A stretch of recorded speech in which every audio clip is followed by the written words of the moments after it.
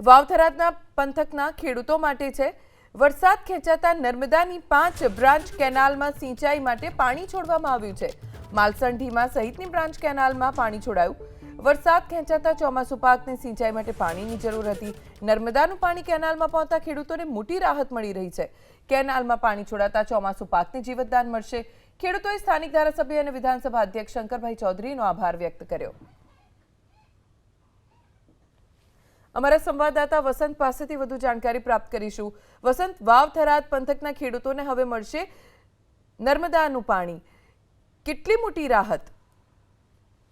બિલકુલ મહત્વની વાત છે કે જે રીતે બનાસકાંઠા સહિત વાવ-થરાદ જિલ્લામાં વરસાદ ખેંચાતા ક્યાંક ને ક્યાંક ખેડૂતોને મોટું નુકસાન જવાની ભીતિ સેવાઈ રહી હતી। મહત્વની વાત છે કે બાજરી, જુવાર, મગફળી સહિતના ખેતી પાકોનું વાવેતર કર્યું હતું, પરંતુ ક્યાંક ને ક્યાંક વરસાદ જે ખેંચાતા વિસ્તારમાં પાણીની સગવડતા ન હતી, જેને લઈને નર્મદા વિભાગ દ્વારા નિર્ણય કરવામાં આવ્યો। રાજ્ય સરકાર દ્વારા નર્મદાની કેનાલમાં પાણી છોડવાની જાહેરાત કરતા હાલ થરાદ તાલુકાના જે માલસણ, ઢીમા સહિતની બ્રાન્ચ કેનાલો છે ત્યાં પાણી પહોંચ્યું છે। જો કે પાણી પહોંચતાની સાથે ખેડૂતોનો જે ખેતી પાક છે તેને ફાયદો થશે। મહત્વની વાત છે કે નર્મદાનું પાણી કેનાલ મારફત હાલ ખેતરો સુધી પહોંચી રહ્યું છે, જેને લઈને ક્યાંક ને ક્યાંક જે ચોમાસુ ખેતી કરેલું પાક છે જેને જીવતદાન મળી શકે છે।